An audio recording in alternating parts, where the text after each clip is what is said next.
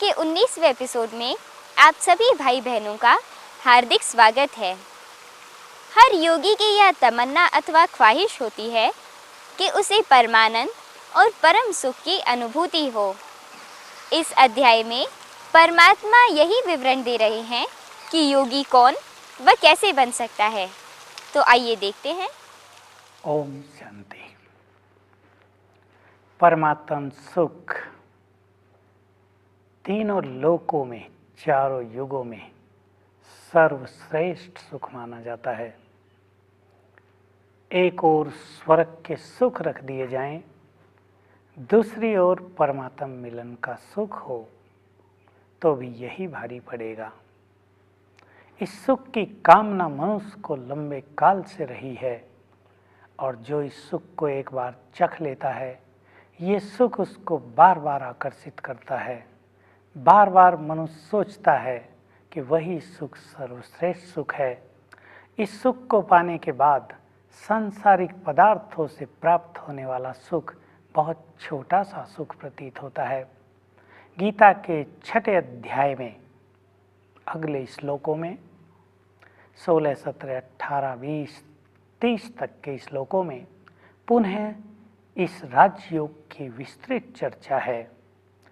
कौन योगी बन सकता है? बार बार भगवान वही बातें हम सबके समक्ष रख रहे हैं ताकि हम उनके महत्व को समझ लें और उनको अपना जीवन बना लें, अपने जीवन में उनको उतार लें। एक बहुत बड़ी चीज़ तो ये है कि योग अभ्यास, जिसमें हम बुद्धि को परमात्मा के स्वरूप पर लगाते हैं, मन को उसके चिंतन में लगाते हैं, ये योग अभ्यास हमें परमात्म मिलन का अनुभव कराता है। केवल उस पर एकाग्र होना नहीं, लेकिन मानो उससे हमारा मिलन हो रहा है। हम उससे बात कर सकते हैं, उससे अपने सब संबंध जोड़ सकते हैं। वो हमारा माता पिता, बंधु, सखा, परम मित्र है, सद्गुरु है, परम शिक्षक है। ये नाते जोड़कर हम उसको अपने बहुत समीप अनुभव कर लेते हैं। तो इसमें इतना ज़्यादा आनंद प्राप्त होने लगता है, जिसको परम आनंद कहा है, जो सांसारिक आनंदों से बहुत बहुत बढ़कर है, अतीन्द्रिय है।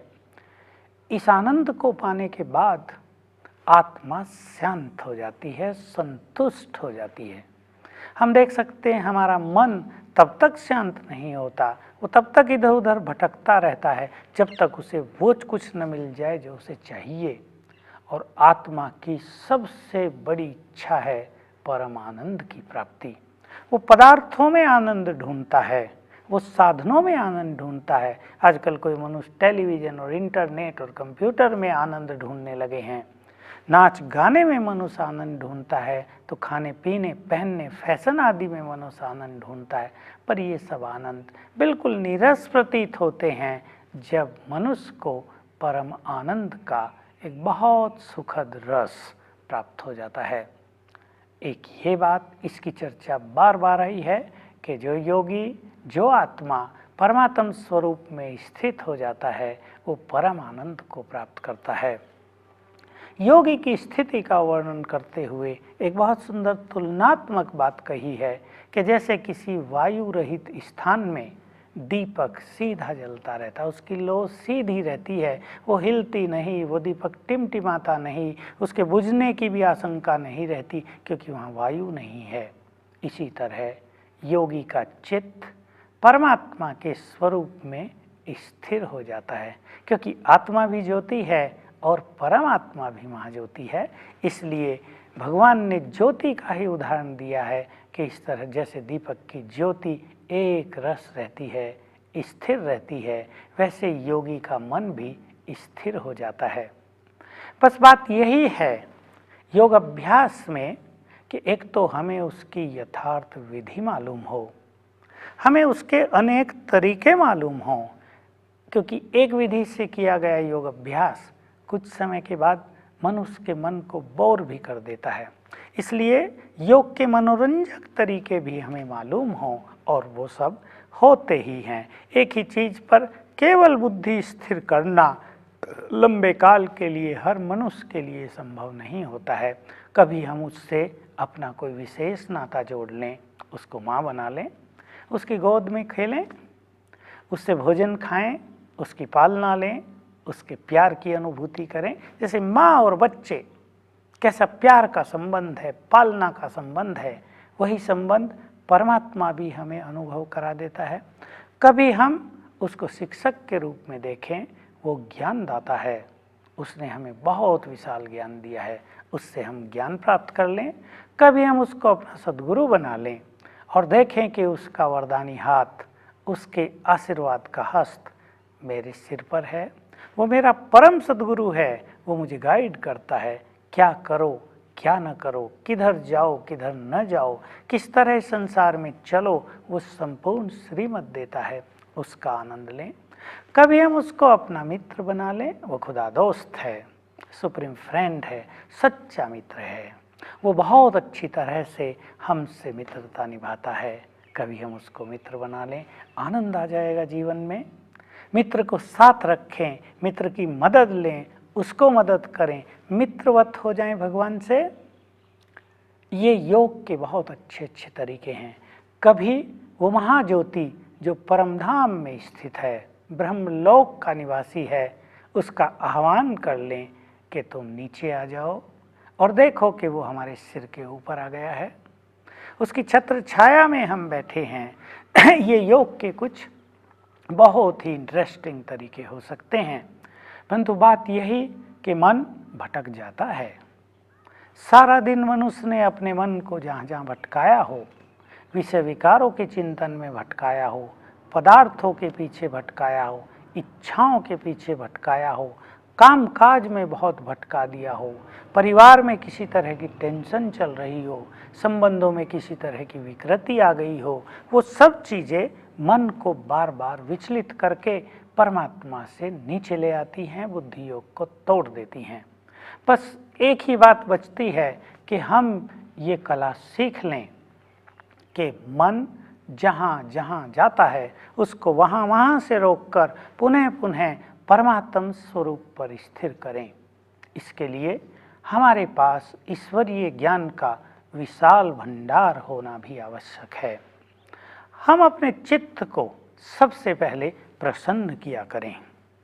ये ज्ञान है, ज्ञान के कुछ बातों को याद करके हम अपने मन को प्रसन्न करें, क्योंकि हम देख सकते हैं एक प्रसन्न मन, एक मन जो बहुत खुशी में रहता है, एक मन जो बहुत आनंद में आ गया हो, सहज ही शांत हो जाता है। जैसे बच्चा यदि चंचलता कर रहा हो, रो रहा हो, परेशान कर रहा हो, उसके मन पसंद कोई खिलौना दे दो, कोई खाने की चीज़ दे दो, ऐसी चीज़ दे दो जिसमें वो बिजी हो जाए, तो कैसे बच्चा शांत हो जाता है। ये मन भी ऐसे ही जो चंचल है, इसको हम इसकी मनपसंद चीज़ दे दिया करें, और मन की मनपसंद चीज़ है श्रेष्ठ विचार। इसलिए वो मनुष्य, वो ज्ञानी जो श्रेष्ठ चिंतन करना जानता है, जिसका मन ज्ञान का भंडार बन चुका है, जिसकी बुद्धि सूक्ष्म और स्वच्छ हो चुकी है, ऐसा योगी नए थॉट्स क्रिएट कर सकता है। और जो मनुष्य अच्छे अच्छे थॉट्स क्रिएट कर लेता है, उसका व्यक्त चिंतन, उसके मन का भटकना लंबे काल तक के लिए स्वतः ही शांत हो जाता है। योग के द्वारा मनुष्य की बुद्धि पावन और स्वच्छ होती जाती है। ये बात इन्हीं श्लोकों में आ गई है, और स्वच्छ बुद्धि का आनंद बहुत जबरदस्त है। आज समस्त मानवता को, मानव समाज को इस बात की आवश्यकता है कि हर मनुष्य अपनी बुद्धि को स्वच्छ करे। अस्वच्छ बुद्धि में ज्ञान स्थिर नहीं रह सकता। अस्वच्छ बुद्धि हमेशा ही विचलित होती रहेगी। जो बुद्धि स्वच्छ है और भरपूर है, वही स्थिर होगी।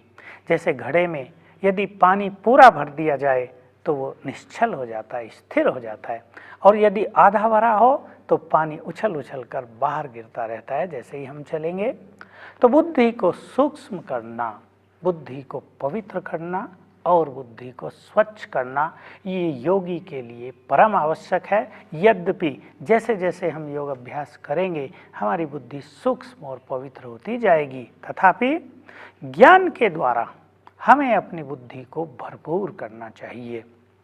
क्योंकि बुद्धि ही मन पर कंट्रोल करती है। बिना ज्ञान युक्त बुद्धि के कोई व्यक्ति मन पर नियंत्रण नहीं कर सकता। जितना श्रेष्ठ ज्ञान जिसके पास होगा वो अपनी बुद्धि को वैसी ही नई दिशा दे पाने में सक्षम होगा। साथ ही साथ हमारी बुद्धि बहुत शक्तिशाली भी होनी चाहिए, क्योंकि मन को हठपूर्वक नहीं रोका जा सकता। मन को यदि हठपूर्वक रोका जाए तो जो चीज़ें उसमें दब जाएंगी वो फिर डबल होकर बाहर निकलेंगी और वो हमें और अधिक परेशान कर सकती हैं, विचलित कर सकती हैं, हमारी शांति को भंग कर सकती हैं। इसलिए मन को स्थिर करने का बहुत अच्छा तरीका है मन के विचारों को बदलते चलना। उसके हम कुछ यहाँ उदाहरण ले लेते हैं। मान लीजिए आपका मन किसी खाने की वस्तु में जा रहा है, बार बार उसका चिंतन हो रहा है।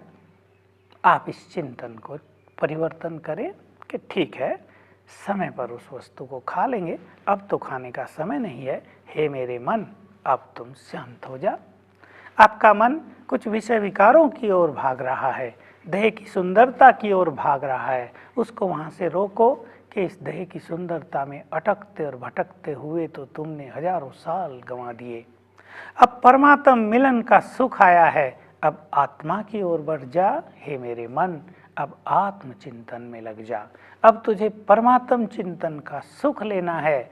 ये तो तूने करके देख लिया, इससे तुझे मिला ही क्या? दुख, अशांति, तनाव और परेशानियां। अब इनसे बाहर आ जा। अब चिंतन कर, मैं एक आत्मा हूँ, मैं पवित्र हूँ, मुझे महान आत्मा बनना है, मुझे शक्तिशाली बनना है, मुझे सभी दुखों से मुक्त होना है, मुझे संसार को भी दुखों से मुक्त होने का मार्ग दिखाना है, मुझे अपनी सभी कमजोरियों को जीतकर इस संसार में सर्वाधिक शक्तिशाली बनना है, मुझे इस माया को परास्त करना है। इस तरह का चिंतन प्रारंभ कर दें। कर्म आपने आज कोई किया है, उसकी सफलता असफलता, उसमें आने वाली कठिनाइयाँ, समस्याएं आपको अब भी उलझा रही हैं। वही वही बातें याद आ रही हैं, ये हुआ वो हुआ। जब आप योग में बैठें, अब संकल्प करें कि ये आज का खेल था, ड्रामा था, पूरा हो गया, अब मुझे परमात्म मिलन का सुख लेना है। इससे आपके विचार वहाँ से शांत हो जाएंगे। मान लीजिए आज सारे दिन में या कल किसी व्यक्ति ने आपको बुरा भला कह दिया, संबंधों में कहीं कड़वाहट आ गई थी, आपको भी गुस्सा आ गया, आपने भी बुरा भला कह दिया, आपके द्वारा क्रोध आने पर आपको पश्चाताप हो रहा है, दूसरे के शब्द आपको बार बार याद आ रहे हैं कि उसने ऐसा कहा वैसा कहा, और बुद्धि परमात्मा में नहीं लग रही है, तो आप अपने मन से बातें करें। हे मेरे मन, तो मनुष्यों की कही हुई बात का तो बार बार चिंतन कर रहा है, और जो तुझे परमात्मा ने कहा है उसे तू क्यों भूल गया?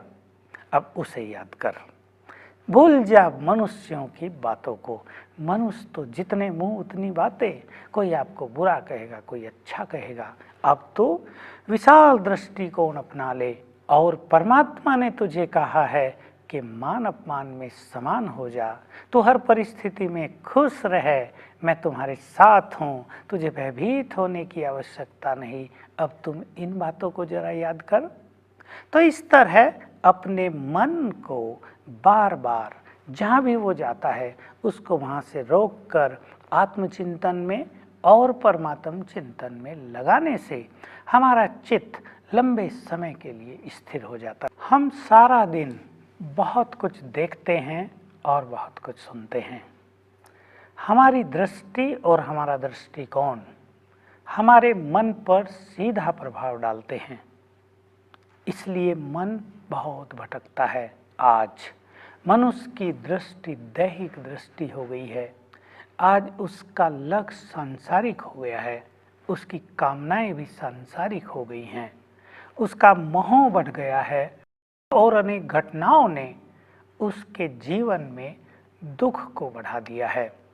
भगवान बार बार ये शब्द यहाँ पर बोलते हैं, जो मनुष्य पाप रहित है, जो मनुष्य संसार के सभी दुखों से मुक्त हो गया है, जो सभी में संभाव देखता है, जैसे मैं हूं वैसे ही सब हैं, ऐसी दृष्टि रखने वाला मनुष्य सहज ही मेरे स्वरूप में स्थिर हो जाता है। थोड़ी सी चर्चा कर लेते हैं इस पर। हमारी दृष्टि सारा दिन दैहिक रहती है। हम देहधारी मनुष्यों को देखते हैं। कभी कभी मनुष्य की दृष्टि कुदृष्टि भी हो जाती है। किसी सुंदरता को देखकर उसके मन में दुर्व्यसन आ जाते हैं, बुरी भावनाएं आ जाती हैं, बुरे विचार जागृत हो जाते हैं। ये विचार मनुष्य को बरबस खींच ले जाते हैं अपनी ओर और लंबे समय तक मनुष्य का योग टूट जाता है। इसलिए दृष्टि पर बहुत ध्यान देने की आवश्यकता है। जो योगयुक्त होना चाहते हैं उन्हें अपनी दृष्टि को शुद्ध करना ही पड़ेगा, सिविलाई बनानी पड़ेगी। इसके लिए दो तरीके हैं।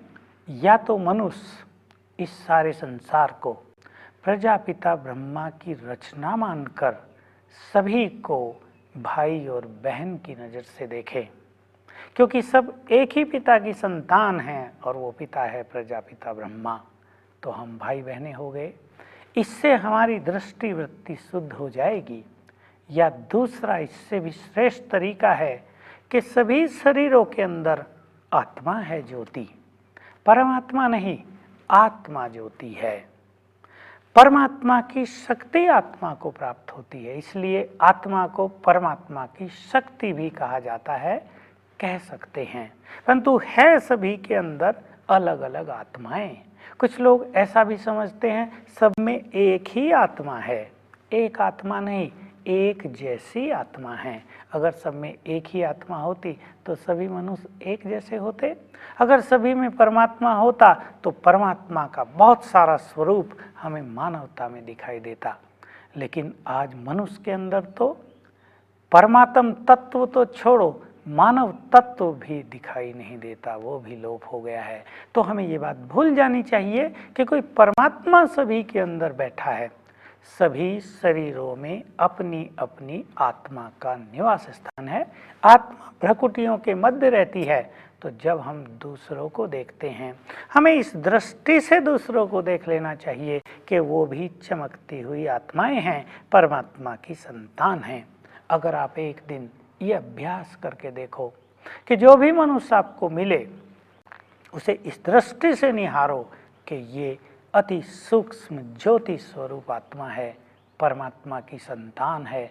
यदि 10-15 बार भी आप ये अभ्यास कर लेंगे तो आपको अनुभव होगा कि चित्त शांत हो गया है।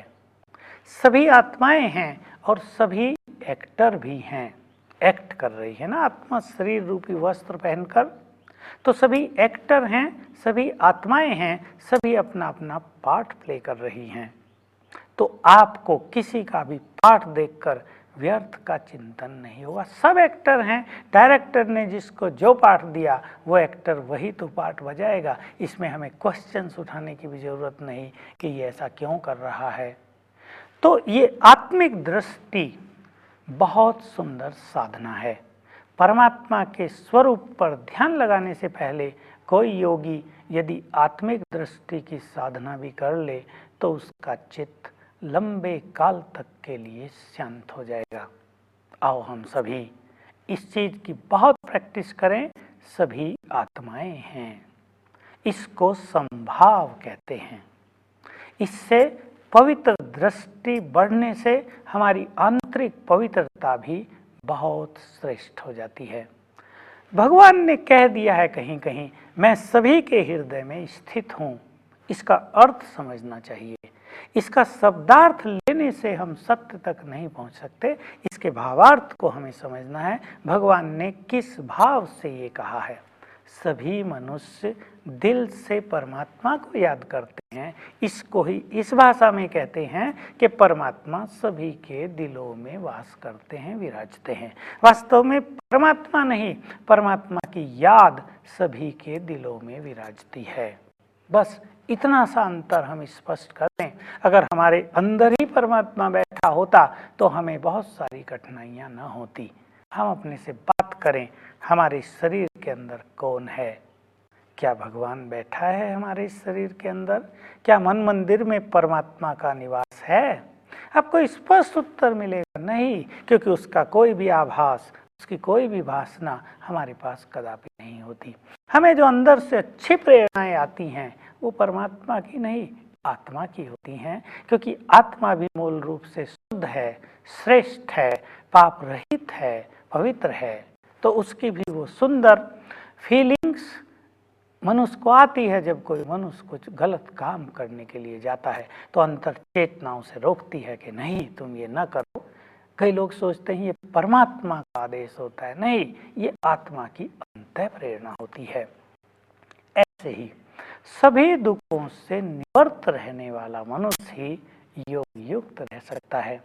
यदि किसी मनुष्य की ऐसी नेचर हो गई हो कि वो छोटी छोटी बातों में दुखी होने लगे, यदि वो अपने कटु वचनों से दूसरों को दुख देने लगे, दोनों बातें हैं, तो मन अवश्य भटक जाएगा। वो मन, वो मनुष्य, वो आत्मा जो दूसरों को सदा सुख देती है और दूसरों से सुख ही ग्रहण करती है, चित्त हो सकती है। इस संसार में दुख देने वाली बहुत सी बातें हैं।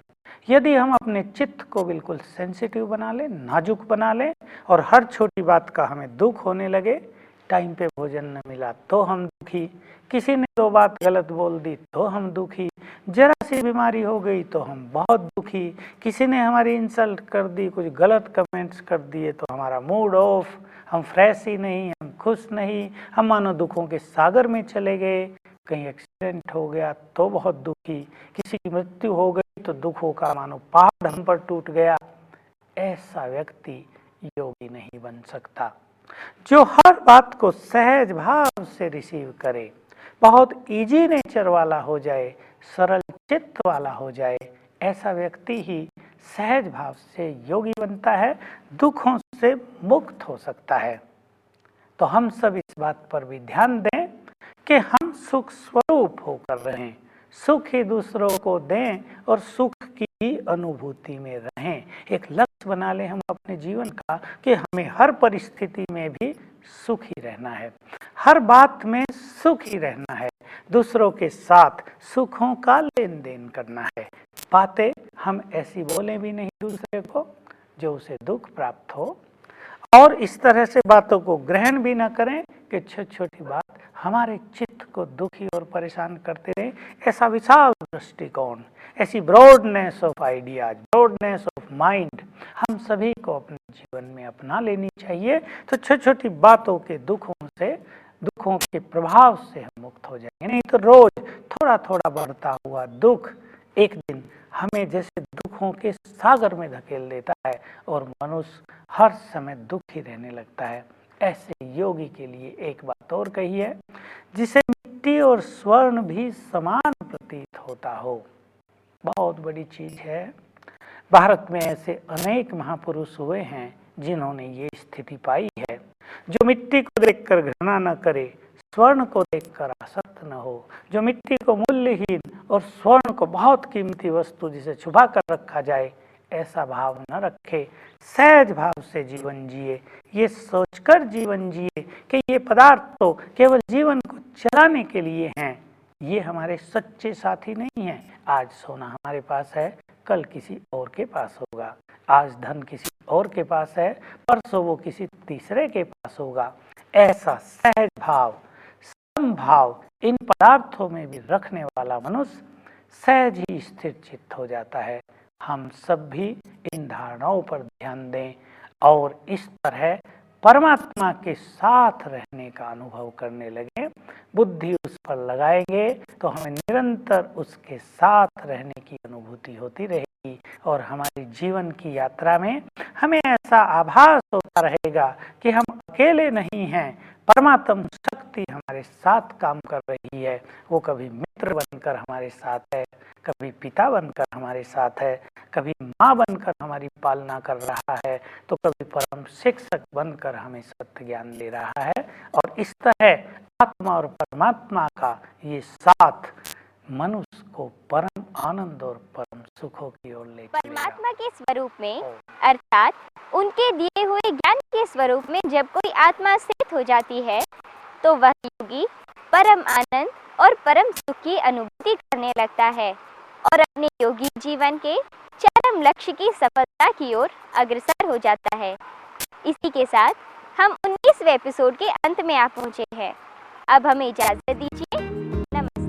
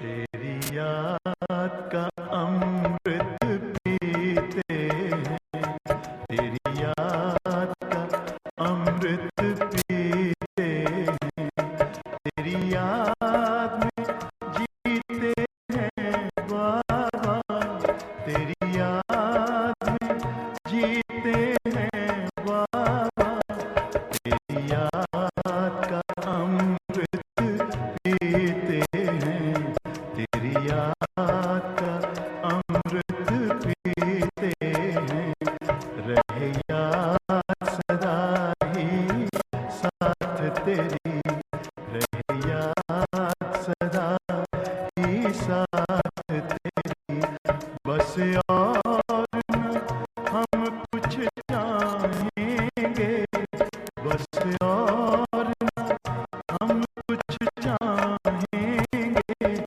तेरी याद का अमृत पीते हैं, तेरी याद का अमृत पीते हैं।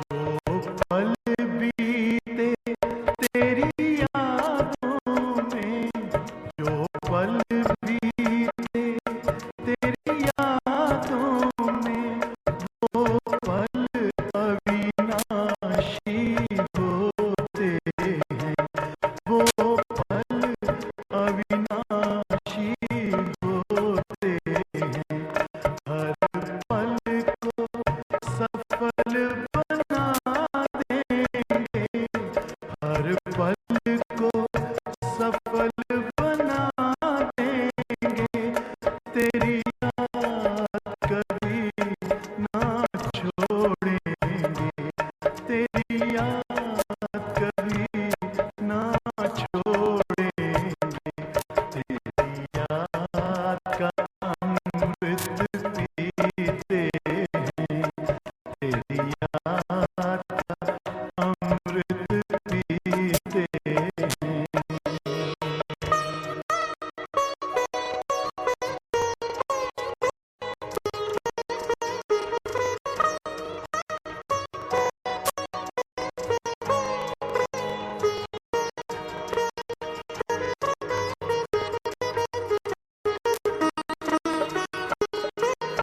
यूं ही आप रहो संग संग बाबा, यूं ही आप रहो संग संग बाबा, इस दुनिया के सुख पाने क्या, इस दुनिया के सुख पाने क्या, लहराते रहे तेरी